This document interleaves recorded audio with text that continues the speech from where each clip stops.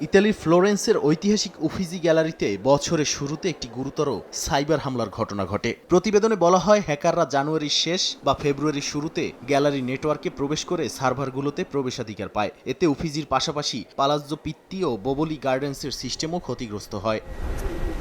হামলাকারীরা সার্ভারের কিছু অংশ খালি করে দেয় এবং সরাসরি গ্যালারির পরিচালকের ব্যক্তিগত ফোনে মুক্তিপণ দাবি করে বলে জানা গেছে। আরও উদ্বেগজনক বিষয় হলো, তারা প্রবেশ কোড, পাসওয়ার্ড, অ্যালার্ম সিস্টেম ও অভ্যন্তরীণ মানচিত্রের মতো সংবেদনশীল তথ্য হাতিয়ে নিয়েছে।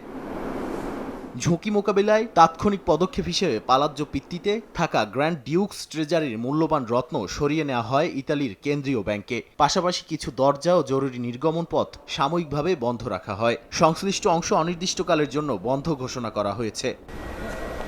এই হামলায় নিরাপত্তার সঙ্গে সাংস্কৃতিক ঐতিহ্যও হুমকিতে পড়েছে। কয়েক দশক ধরে সংরক্ষিত ফটোগ্রাফিক আর্কাইভের ডিজিটাল কপিও চুরি হয়েছে বলে অভিযোগ রয়েছে। এর মধ্যে রয়েছে দ্য বার্থ অব ভেনাস ও প্রিমাভেরার মতো বিশ্বখ্যাত শিল্পকর্মের ডকুমেন্টেশন। বিশ্লেষকদের মতে, সাইবার নিরাপত্তা ঐতিহ্য রক্ষারও বড় চ্যালেঞ্জ হয়ে উঠেছে। নাদিম মারজান, সময় সংবাদ।